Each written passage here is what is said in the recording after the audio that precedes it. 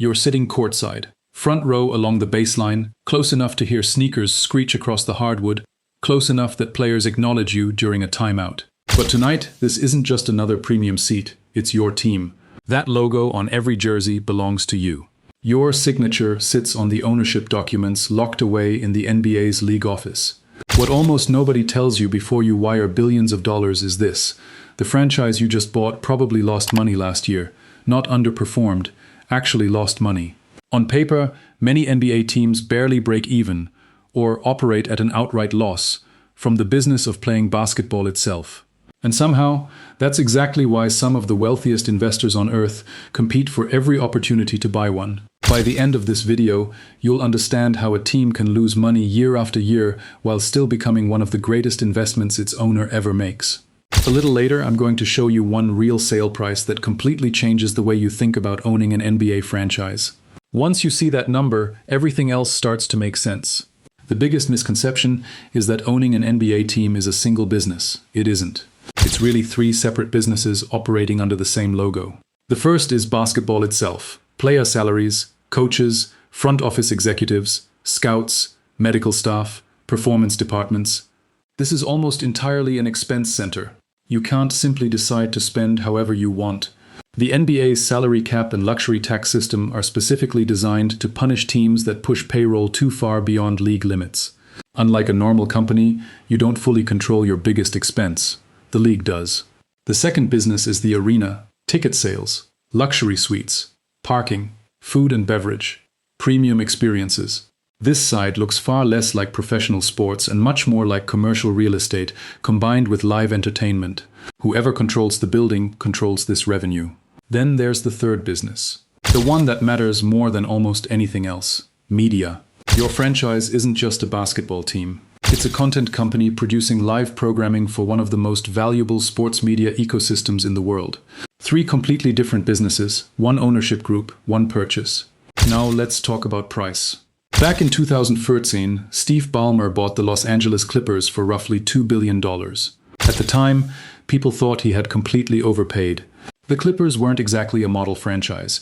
They carried years of dysfunction, a damaged reputation, and played in the shadow of the Lakers inside an arena they didn't even own. $2 billion sounded outrageous. Fast forward less than 10 years. In 2023, the Phoenix Suns sold for approximately $4 billion after reaching the NBA Finals just a few seasons earlier. Pause and think about that. One franchise spent years fighting a troubled reputation.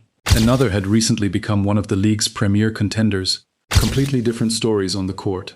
Yet the prices tell a very different story. Winning matters, but nowhere near as much as most fans think. Market size, media value, arena control, those are the real drivers. A mediocre franchise in Los Angeles can easily be worth more than a championship caliber team in a much smaller market because owners were never really buying wins. They're buying permanent membership in one of the most exclusive clubs in business. There are only 30 NBA franchises. The league isn't creating a 31st one anytime soon. So why does even a small market franchise command billions of dollars? Because scarcity is built directly into the business model. Every franchise owns an equal share of national television revenue. Every franchise benefits whenever the league negotiates a bigger media contract. Whether your team wins 60 games or 20, that national check keeps arriving. You're not simply purchasing a basketball team. You're purchasing a permanent ownership stake in a club with a fixed number of memberships. And that's only the beginning of the cost. The purchase price isn't the finish line. It's the entry fee. Before your first season even begins, you have to survive one of the most rigorous ownership approval processes in professional sports. A new NBA owner can't simply buy a team because they have enough money. The other 29 owners have to approve the sale. And that vote isn't automatic. The league conducts extensive financial reviews, background investigations, and ownership vetting before anyone is allowed inside. The individual officially designated as the team's governor carries legal responsibility for representing the franchise before the NBA. Then comes another obstacle that quietly eliminates most potential buyers: debt. The NBA limits how much of a franchise purchase can be financed through borrowing. That means buyers typically need an enormous percentage of the purchase price in actual liquid equity, real cash. Not borrowed money, not leveraged assets, cash. On a $4 billion acquisition, that can easily mean well over $1 billion sitting in liquid assets before the league even considers approving the transaction. Then there's the arena. This single factor can create dramatically different financial outcomes for two owners with nearly identical basketball teams. Some ownership groups also own their arenas. That means every concert, every parking payment, every naming rights agreement. Every non-NBA event held inside that building generates additional revenue. Others lease their arenas from cities or outside operators. In those cases, a significant portion of game day income disappears before ownership ever sees it. Two teams, same city size, same attendance, same number of wins. One owner is building long-term wealth through real estate. The other is essentially renting their own home. There's another financial reality most fans never think about. The NBA's national television money arrives on a predictable schedule regardless of your team's record. Payroll doesn't. Player contracts are fully guaranteed. If your superstar tears an ACL in November, his salary doesn't disappear. If construction on your arena goes hundreds of millions over budget, player salaries don't stop. Revenue stays relatively predictable. Expenses remain fixed. That mismatch explains why one aggressive offseason can trap a franchise financially for years, long after those players have been traded away, long after fans have forgotten the decisions that caused it. So where does the real money actually come from? Most fans assume it's tickets, parking, merchandise, concessions. Not anymore. For most NBA franchises, media rights represent the single largest recurring source of revenue. National broadcasts, regional television agreements, streaming partnerships. Combined, they often generate more income than everything happening inside the arena on game night. Then come corporate sponsorships, jersey patch deals, premium seating agreements, luxury suites that function more like long-term commercial leases than simple ticket sales. And for owners who control their arenas, there's another business operating almost invisibly beneath the basketball schedule: concerts, college basketball, mixed martial arts, corporate events, award shows.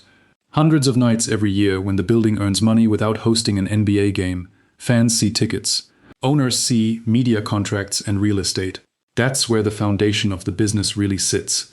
Now let's talk about one of the league's newest financial pressure points, the second apron. It's one of the toughest mechanisms ever built into the NBA's luxury tax system. Teams that spend far enough above the salary cap don't simply pay larger tax bills. They also lose important roster-building tools. Trade flexibility becomes more restricted. Access to certain salary cap exceptions disappears. Future draft picks can even become frozen under certain conditions. One expensive contract extension signed today can quietly limit an organization's flexibility for years, even if that player never performs the way everyone hoped. Ownership groups that fail to model these consequences carefully can end up paying tens of millions in annual tax penalties while simultaneously losing the tools needed to fix the roster, causing those penalties in the first place. Let's put all of this into one real-world example.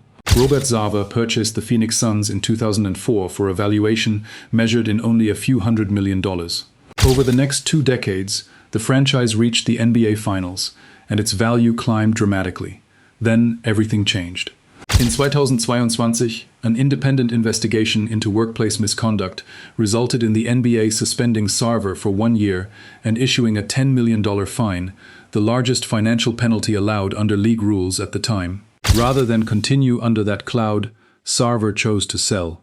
In 2023, Matt Ishbia purchased the Suns at a valuation of roughly $4 billion. Nearly double what the franchise had been worth only a few years earlier. Roughly 30 times what Sarver originally paid.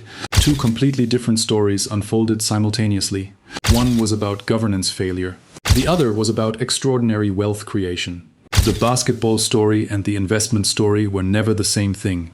That's the entire point. So after everything you've heard, operating losses, debt restrictions, luxury tax penalties, guaranteed contracts, why do billionaires continue fighting for these franchises? Because almost no other asset combines scarcity, long-term appreciation, insulation from public market volatility, and elite access quite like an NBA team. There are only 30 ownership seats, and there are far more qualified billionaires than available franchises. Steve Ballmer didn't buy the Clippers because he expected immediate operating profits. He bought a permanent ownership stake in an asset with fixed supply, growing media revenue, and almost no comparable market. Unlike publicly traded stocks, NBA franchises rarely change hands. Scarcity becomes more valuable over time, not less. And then there's something money alone usually can't buy: access. Owning an NBA team puts you in a room with some of the most influential business leaders on the planet. League commissioners, Fortune 500 CEOs, major media executives, political leaders, institutional investors. Relationships that simply don't exist for most people, regardless of wealth.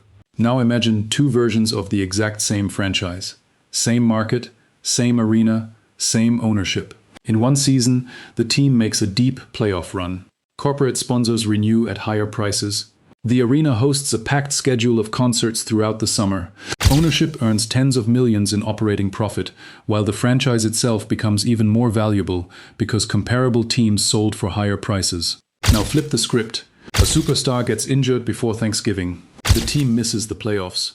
Local television ratings decline. A luxury tax bill tied to decisions made years earlier finally comes due. That same franchise can swing from substantial profits to losses exceeding tens of millions of dollars in a single season. The difference between those two realities can easily exceed $100 million. So what business are NBA owners really in? Basketball fills the seats. Media pays the bills. Franchise valuation, not championships, is what ultimately creates extraordinary wealth. The next time you watch your favorite team lose a game, remember what you're really watching. It's not just a basketball team. It's one of the world's most valuable media businesses, one that just happens to play basketball 4 nights a week. And somewhere, inside a financial model that no fan will ever see, that's exactly how its owners have always viewed it.